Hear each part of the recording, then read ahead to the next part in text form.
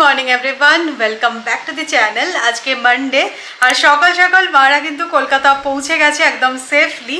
তো দেখো পুজোর আগে সবাই যে যার জায়গায় পৌঁছে যাচ্ছে, মানে মামুনিরাও চলে গেল, মারাও কলকাতা পৌঁছে গেছে আর আমরাও খুব তাড়াতাড়ি আছি কারণ আমাদের টিকিট কনফার্ম হয়ে গেছে। আমরা 4 অক্টোবর ট্রেনে উঠছি কারণ বুচকু আমাদের সাথে যাচ্ছে। তো প্রথমটা ভাবছিলাম যে বুচকুকে নিয়ে যাব কি যাব না, ওকে হস্টেলে রেখে যাবো, কিন্তু তারপরে বললাম যে পুজোকালের দিন ওকে এরকম একা ছেড়ে যাবো তো ঠিক আছে, একটু কষ্ট হবে। ওটা তো দেখো বাড়িতে পোষ্য থাকলে এইটুকু কষ্ট করতেই হয়, তো তাই জন্য আমরা ট্রেনে যাচ্ছি আর ওকে নিয়েই যেতেগুলো ট্রেনেই ব্যাক করতে হবে। তো আসার টিকিটটা এখনো অবধি কাটা হয়নি, কিন্তু যাওয়ার টিকিটটা হয়ে গেছে। তো মহালয়ের আগেই আমরা পৌঁছে যাচ্ছি, মানে ভালো লাগছে, মানে পুজো পুজো ব্যাপারটা কিন্তু এবার আসছে। মারাও চলে গেল যেহেতু মনে হচ্ছে যে হ্যাঁ পুজো আসছে পুজো আসছে। তো আজকের ডেটা আমাদের কাছে খুব স্পেশাল হতে চলেছে। তো সকাল সকাল উঠে পড়েছি, রান্নার জোগাড় কিছুটা করে নিয়েছি কারণ তাড়াতাড়ি করে খেয়ে বেরোবো।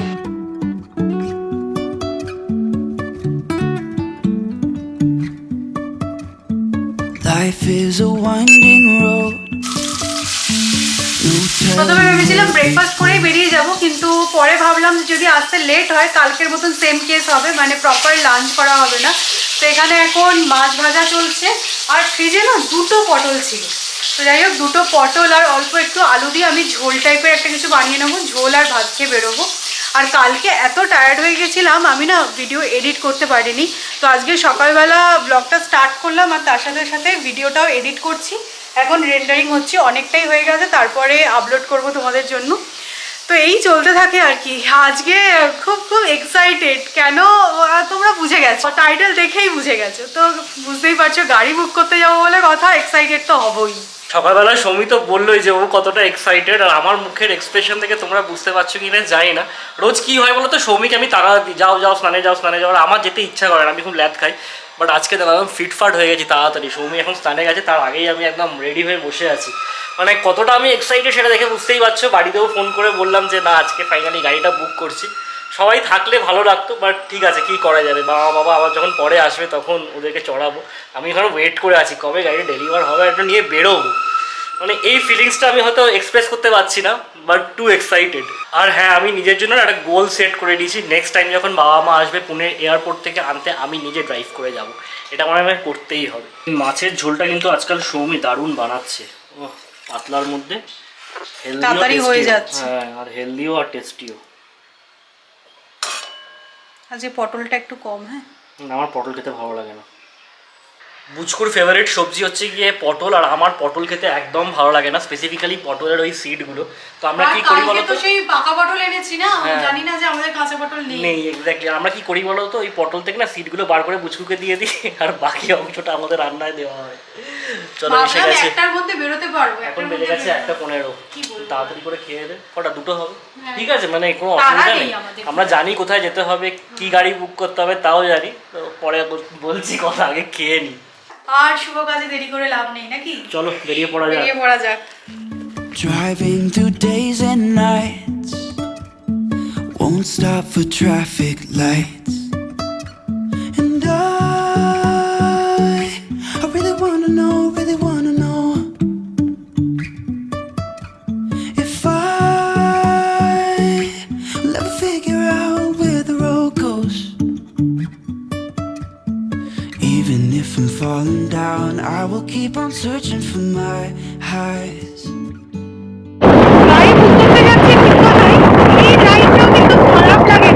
যেহেতু পুনের ওয়েদার ভীষণ ভালো, তাই স্কুটারে করে ঘুরতেও খুব মজা লাগে। আজকে একদম ক্লাউডি ওয়েদার, সুন্দর হাওয়া দিচ্ছে, দারুণ এনজয় করছি।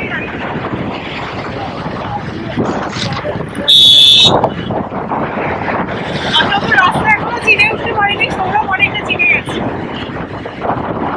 Jumping from cliffs so high, trusting our wings to fly. এবার তো আশা করি বুঝতেই পেরে গেছো যে আমরা কি গাড়ি বুক করতে এসেছি আর কোন শোরুমে এসেছি। তোমাদেরকে তো সেদিনকেই বলেছিলাম যে আমরা ফাইনালাইজ করে ফেলেছি কোন গাড়িটা নিচ্ছি। তো আমরা চলে এসেছি হুন্ডাই এর শোরুমে, আর আমরা নিচ্ছি i10 sports finally manual variant পেট্রোলের ওপর। আর তোমাদেরকেও গেস করতে বলেছিলাম, সেদিনকে আমরা গেছিলাম টাটা শোরুমে, তারপর গেস করতে বলেছিলাম, তোমরা কিন্তু ঠিকঠাক গেস করেছো। অনেকে বলেছিলে যে সত্যি কথা ফিচার্সের দিক দিয়ে বলতে গেলে বা ড্রাইভিং কমফোর্টেবিলিটি সব দিক দিয়ে কিন্তু আমার মনে হয়েছে যে এই রেঞ্জ, মানে আমাদের বাজেটটাও তো বুঝতে পারছো, মানে বড়ই টাইট। এক্স্যাক্টলি। আর এমন নয় যে আমরা দেখিনি, আমরা প্রচুর সার্চ করেছি, মানে বিভিন্ন ব্র্যান্ড যেমন ঘুরেছি আমরা, হুন্ডাই এর প্রায় 5খানা শোরুম ঘুরে ফেলেছি পুনেতে। এগুলো কিনতে গেলে তো একটু সার্চ করতেই হবে, কারণ বেস্ট অফারটা পেতে হবে সেটা আর কি, সেই জন্য হুন্ডাই এরও 5খানা শোরুম ঘুরেছি। আর এই শোরুমটায় আমরা ফার্স্ট গাড়ি দেখতে এসেছিলাম, সেখানেই আবার চলে এসেছি, এদের অফারটাই সবচেয়ে আমার লুক্রেটিভ লেগেছে।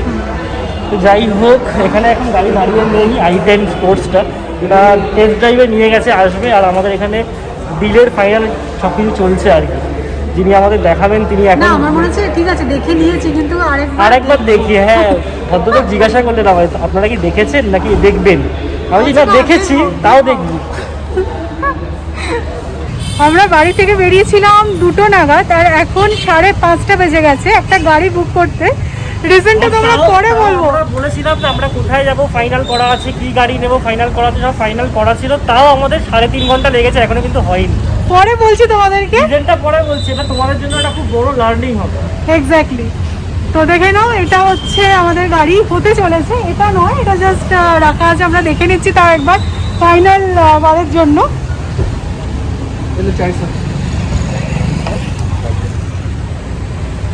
ঠিক আছে, খুশি?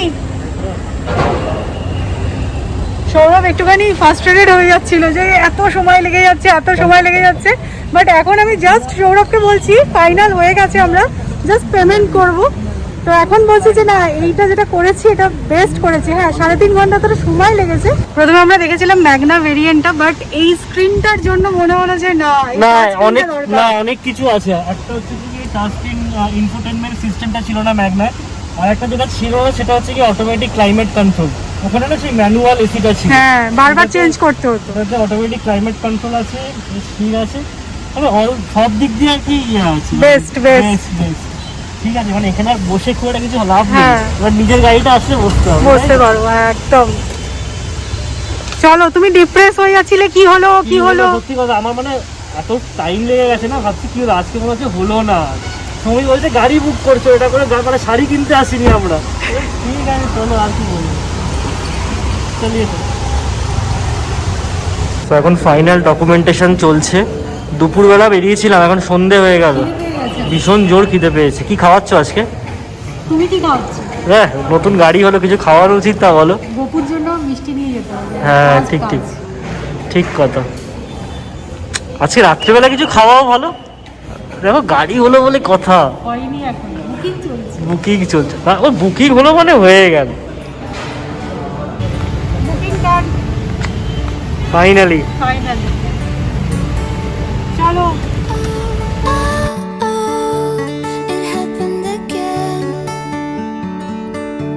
I've stayed for too long. Pav kilo काला दो। हाँ, एक थाली दे ऐसा कर दो। 2 समोसा 2 वड़ा, কচুরিও ছিল না, এটা ঠিক আছে। বেশ মজার জন্য দেখো মোদক চলে এসেছে, বিভিন্ন ফ্লেভারে, অনেক রকমের আছে। বাড়ি ফিরে কোথায় ভাবলাম যে একটু খাওয়া দাওয়া করবো, ঠাকুরের জন্য মিষ্টি টিষ্টি কিনে আনলাম। এসে বুঝকু একটুখানি ভেলকি দেখিয়েছে, এসে আমি দেখলাম ওর না বাঁ চোখটায় মানে কিছুটা সমস্যা হচ্ছে, যার জন্য সময় নেওয়া চোখটাকে ব্লিঙ্ক করে যাচ্ছে। তো আমার তো মানে গেল, মানে কান্নাকাটি জুড়ে দিয়েছিল, আমার বলেই মানে আমার মনে হয় ও কিছু বলতে পারছে না, তোর কি কষ্ট হচ্ছে। তো আমি সাথে সাথে না ওকে মানে স্প্রে করে আগে চোখটাকে ধোয়ালাম, তারপরে সময় দিয়েছি, চোখটাকে বন্ধ করে আছে। হ্যাঁ, মানে একটা চোখই আবার বন্ধ করেছিল, বুঝতে পারছিলাম না আমরা কি হচ্ছিল, বাট এখন দেখছি অনেকটা বেটার। আর আমরা অ্যাপয়েন্টমেন্ট নিয়ে নিয়েছি, কালকে 11:30 নাগাদ বুঝকুর একটা অ্যাপয়েন্টমেন্ট পাওয়া গেছে। তো আজকে রাতটা আমি একটুখানি দেখে নিই, একটুখানি অবজার্ভ করব। এখন কিন্তু মোটামুটির মধ্যে ঠিক আছে, বদমাইশি শুরু হয়ে গেছে। ডক্টর দেখা যাক কি বলে, কালকে ডাক্তারখানা যেতে হবে, বুঝতে পেরেছো? না, একবার দেখিয়ে নেওয়া ভালো, একবার যাই গিয়ে, মানে চোখের ব্যাপার তো আমার মনে হচ্ছে কোনো ইনফেকশনও হতে পারে, আর অথবা কি হয়েছে বোঝা যায় না, মানে ওরা তো কথা বলতে পারে না বলে বোঝাও যায় না। ওর একটু মনে হচ্ছে আই ড্রপ লাগবে নাকি, অনেকক্ষণ ল্যাপটপে বসে ছানি কাজ টানি করতে পড়েছে হয়। নাকি ছানি তোর? পড়ে গেল বাবা, 1.5 বছর বয়সে ছানি। তো এই নিয়ে এতক্ষণ চললো, 7:30 বেজে গেছে। তো আমি এতক্ষণ ওকে কোলে নিয়ে বসেছিলাম, তো মাথায় হাত বুলিয়ে দিয়েছিলাম, দুটো চোখই বন্ধ করে রাখছিলাম। মনে হলো যে চোখে জলে ঝাপটা দিয়েছি, তো একটু চোখটা বন্ধ করে রাখলেই ভালো। তো এখন দেখছি ঠিক আছে, অনেকটা ঠিক আছে। চোখের কালারটা একটু চেঞ্জ হয়েছে, ক্যামেরায় বোঝা যাচ্ছে কিনা আমি জানি না। এই পটি কপি, এই পটি করে ফেললো গো। সবাই দেখতে পেয়েছি ছোনাদা।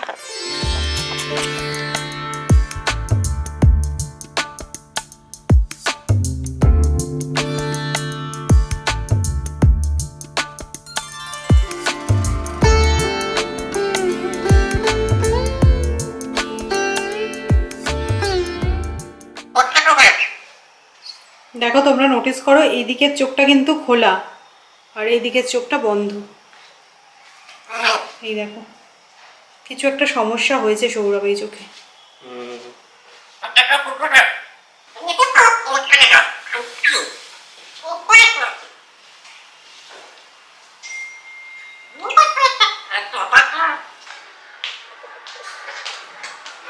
ইন্ডিয়া জিতবে? হ্যাঁ অবশ্যই, বসে পড়েছি জেতানোর জন্যই।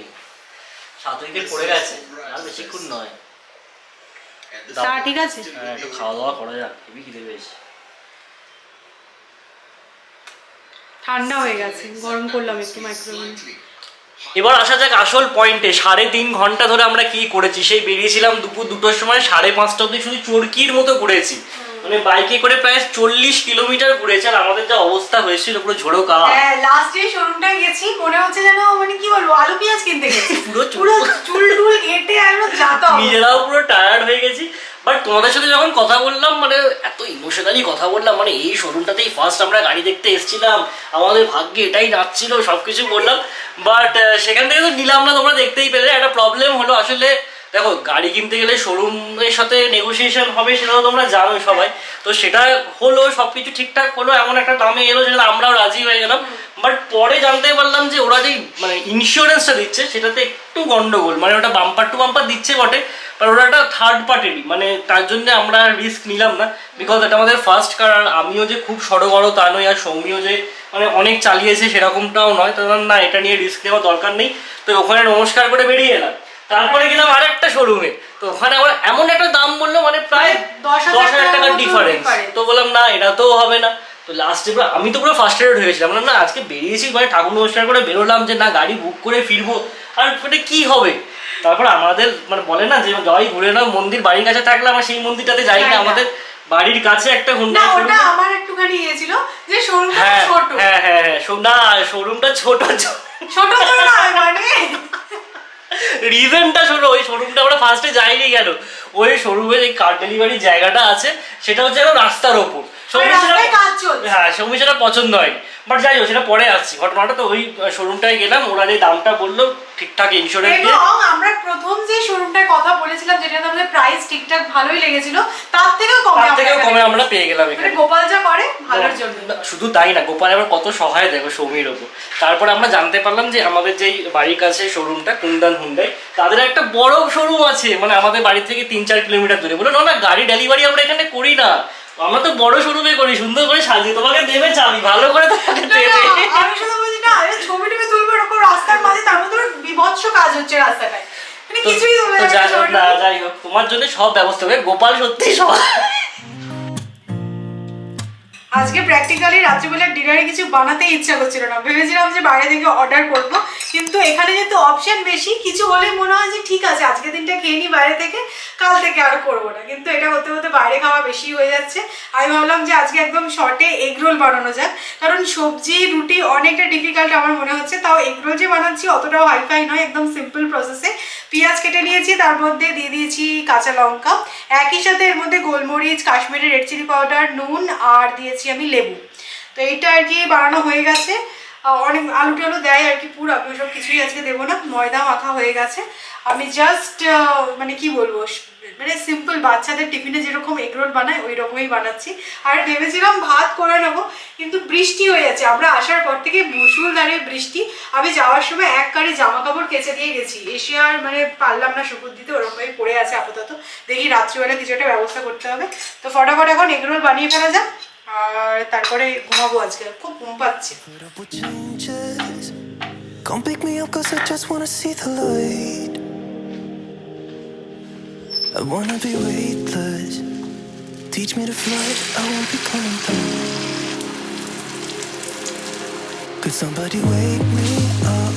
I don't wanna be here and let the world pass me by. Yeah, I just see her face wherever I look. She's standing in the crowd.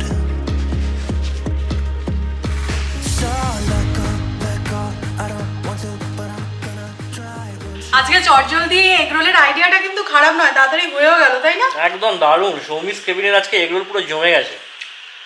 আর এই এগরোল খেতে খেতেই ব্লগটাকে এন্ড করা যাবে। আমাদের জন্য খুব ইভেন্টফুল ডে ছিল আজকে, খুব স্পেশাল ডে ছিল বলবো, সারা জীবন মনে রাখবো। মানে 6 সেপ্টেম্বর আমরা গাড়ি কিনেছিলাম এক্স্যাক্টলি। আর তোমাদের বৃষ্টিটা পাউন্ডার হলো। যদি আজকের ব্লগটা ভালো লেগে থাকে তোমাদের, তাহলে অবশ্যই করে লাইক করো, শেয়ার করো ফ্রেন্ডস এন্ড ফ্যামিলির সাথে। আর কমেন্ট করতে ভুলো না কিন্তু, কমেন্টে একটু একটু কম করছো তোমরা।